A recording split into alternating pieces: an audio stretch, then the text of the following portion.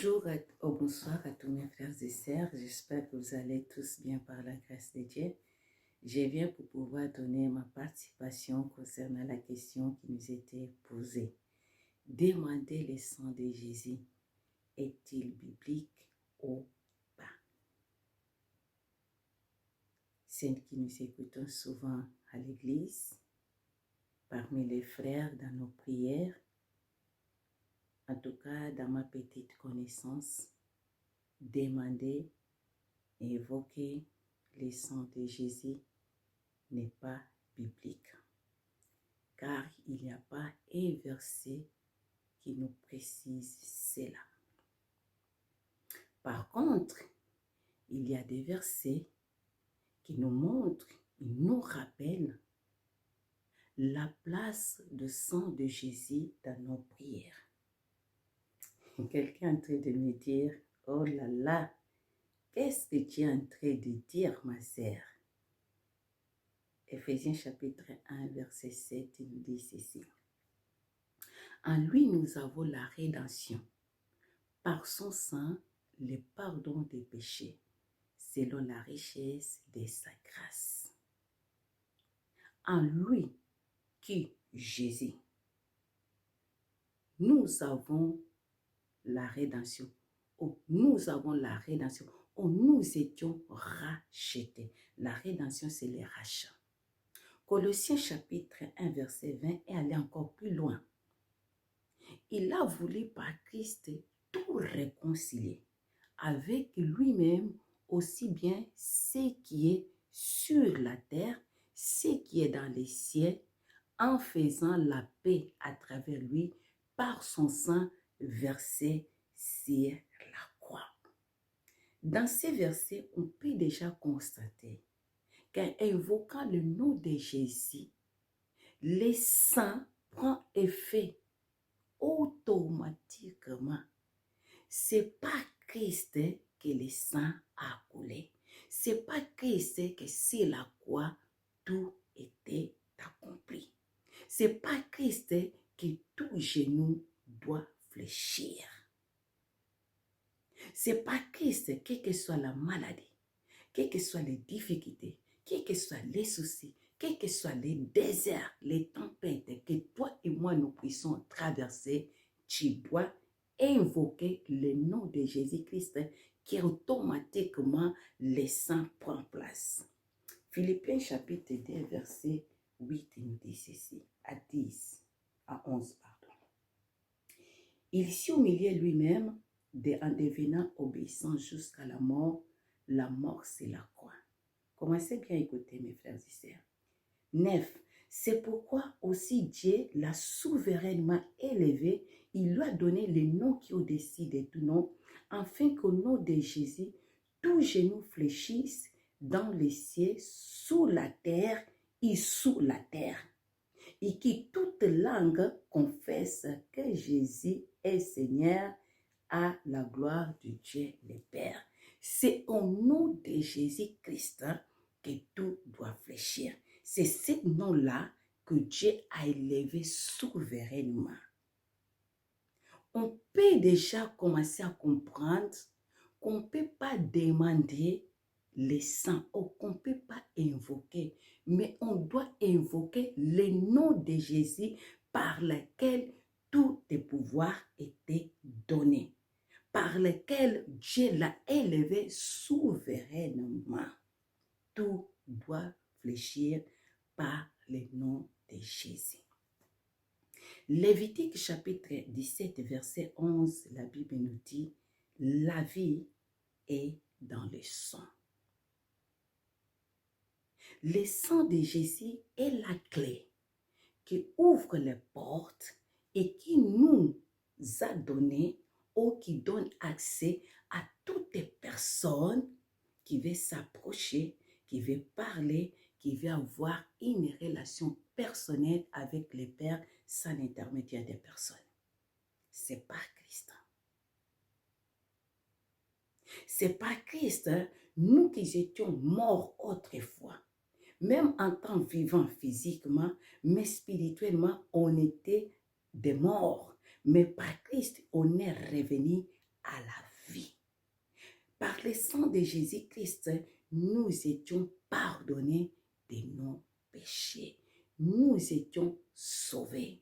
Nous étions libérés de sa colère. Nous étions justifiés. Hébreux chapitre 9, verset 14, il nous dit quelque chose. Nous allons lire dans les derniers paragraphes. Il dit ceci. Par conséquent, par son sang, purifia-t-il notre conscience des œuvres qui mènent à la mort, afin que nous servions le Dieu vivant. C'est par le sang de Jésus-Christ que nous sommes purifiés, nous qui nous étions autrefois ténèbres, et aujourd'hui nous devenons lumière, afin que notre conscience soit purifiée et que nous puissions vivre plus selon la chair, mais selon l'esprit. Que nous puissions plus marcher selon la chair, mais selon le Saint-Esprit. Voilà ce que le sang nous fait dans notre vie. C'est par le sang de Jésus-Christ que nous sommes rapprochés de Dieu. C'est par le sang. Éphésiens chapitre 2, verset 13, la Bible nous dit ceci. Mais maintenant, par votre union avec Jésus-Christ, nous qui autrefois étions loin, vous êtes devenus proches grâce au sacrifice de Christ. Nous sommes devenus proches de Dieu grâce au sang qui a coulé sur la croix. Et ce sang, c'est le sang de Jésus-Christ. On ne demande pas, mais on invoque le nom de Jésus-Christ qui nous a donné cet accès par lequel le sang de Jésus automatiquement prend place. Il nous permet de tout faire au nom de Jésus-Christ. Il nous a rapprochés. Il nous donne l'assurance de nous approcher devant son trône de grâce. Hébreux chapitre 13, verset 6, il nous dit ceci. C'est donc avec assurance que nous pouvons dire, le Seigneur est mon aide, je ne craindrai rien. Que peuvent me faire l'homme? Alors nous rappelons à la situation, nous rappelons aux difficultés, nous rappelons à l'ennemi. C'est par ces maîtrises que Christ est mort sur la croix.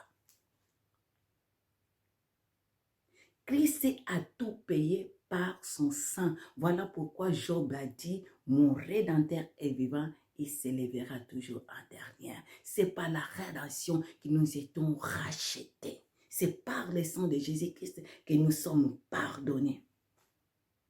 C'est par le sang de Jésus-Christ qu'aujourd'hui, on peut dire, c'est ni par la force, ni par la puissance, ni par mes capacités, ni par mes intellects, ni par mes études que je peux tout faire. Non. C'est par le sang de Jésus-Christ que nous sommes capables de faire toute œuvre bonne.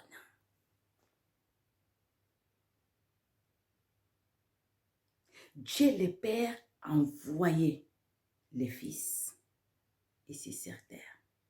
Le Fils est mort sur la croix, il a ressuscité, il est monté, il a envoyé le Saint-Esprit.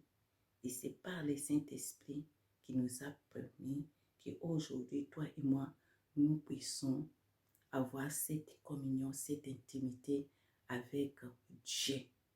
Parce que le sang a coulé. On ne demande pas, on n'invoque pas.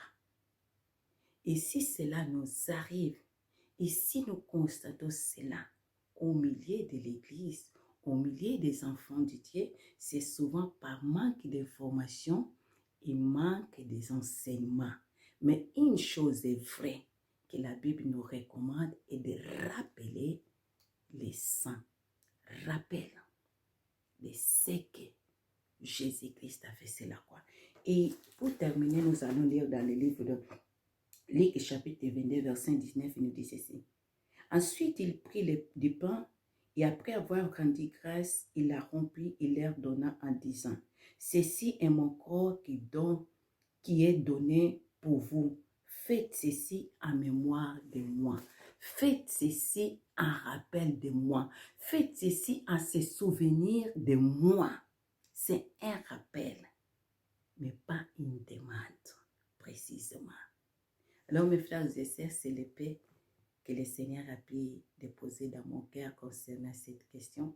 J'espère que dans cette paix que j'ai pu partager avec vous, ça a pu nous aider chacun d'entre nous. Que le Seigneur vous bénisse et bénisse aussi à notre Papa Lumière qui nous pose toujours des questions et que le Seigneur continue à vous inspirer davantage. Et à très bientôt à tous mes frères et sœurs. Soyez tous bénis. Ciao.